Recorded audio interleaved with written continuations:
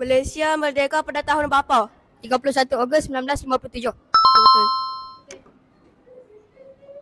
Siapakah Perdana Menteri pertama Malaysia? Tunku Abdul Rahman. Apakah nama bendera Malaysia? Jala Gemilang.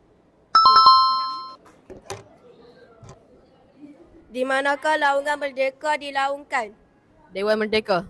Stadium Merdeka. Negeri manakah digelar negeri di bawah bayu? Negeri manakah digelar negeri di bawah bayu? Tak tahu. Salib.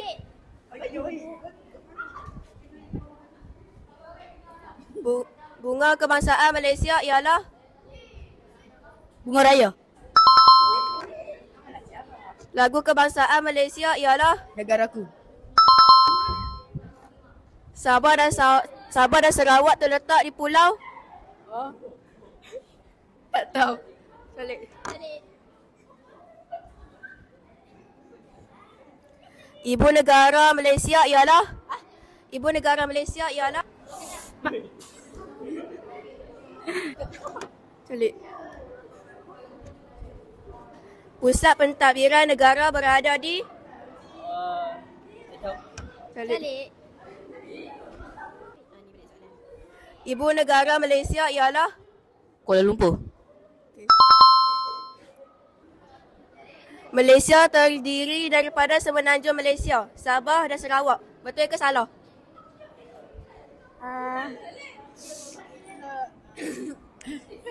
Betul.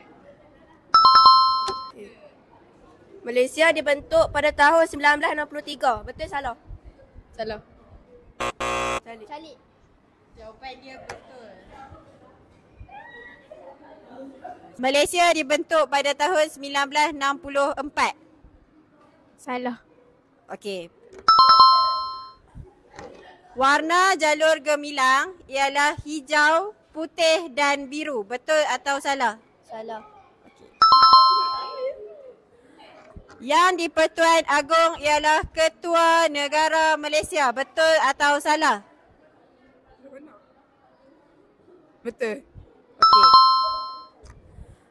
Negeri Melaka terletak di pantai timur. Betul atau salah? Salah. Apakah warna bunga raya? Merah. Apakah alat muzik tradisional yang terkenal di Malaysia? Gendang. Apakah nama gunung tertinggi di Malaysia? Betul. Saya tahu tapi ada lupa.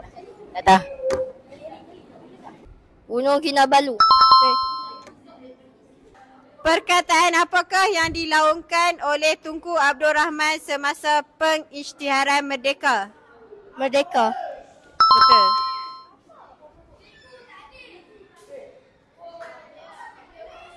Negeri manakah yang terkenal dengan gelaran bumi kenyalang?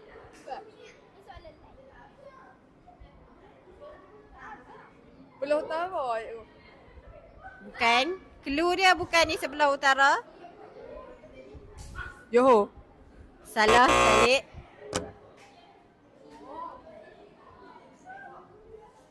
Kelantan. Salah, Calik.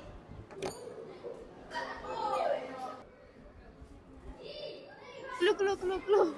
Clue bermula dengan huruf S. Selangor. Salah, Calik. Sarawak. Betul. Sorang papan, tarik papan. Bye-bye dari kami sebarang. Bye.